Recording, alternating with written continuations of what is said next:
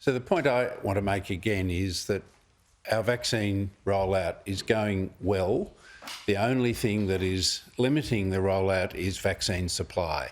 And obviously the initial issue with vaccine supply related to that 3.1 million doses of AstraZeneca, which really put us back in those first weeks because we didn't have those doses. Now that we do have the CSL doses, which are starting to increase progressively, that is the rate limiting step, is the international supply of Pfizer and the amount that we're getting out of CSL, which was progressively increasing. But it is a complex process to get vaccines batch tested, quality released, then pre-positioned to delivery centres and then finally delivered to well over 2,000 general practice sites and a number of state and territory clinics. So we are doing very well with our vaccine program at the moment. It's ramping up rapidly. The primary care program is working well.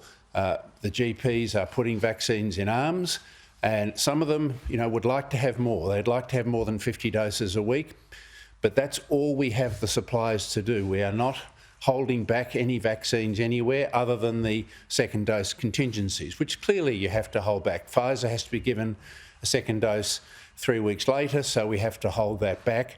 But we are pre-deploying and pre-positioning all the doses we need. It's not possible to stand up a large number of additional mass vaccination clinics. We don't have the vaccine to do that. We have a program that is finely tuned to the available vaccine supply and is delivering exactly as we have planned according to our vaccine supply. Finally, I just want to mention the issue in relation to vaccine safety. There has been some attention related to this issue with clots potentially associated with the AstraZeneca vaccine, and clearly there's been the reports of a possible case in Australia.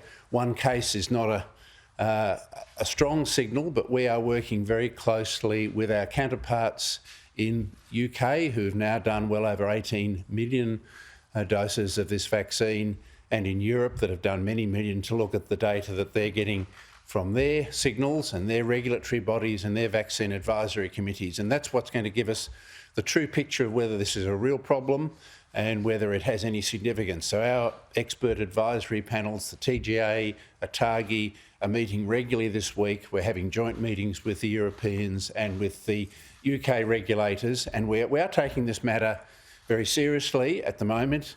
Our regulator and our ATAGI are advising we continue with our program, that the benefit of vaccination outweighs any potential risk, but we are continually reviewing this situation.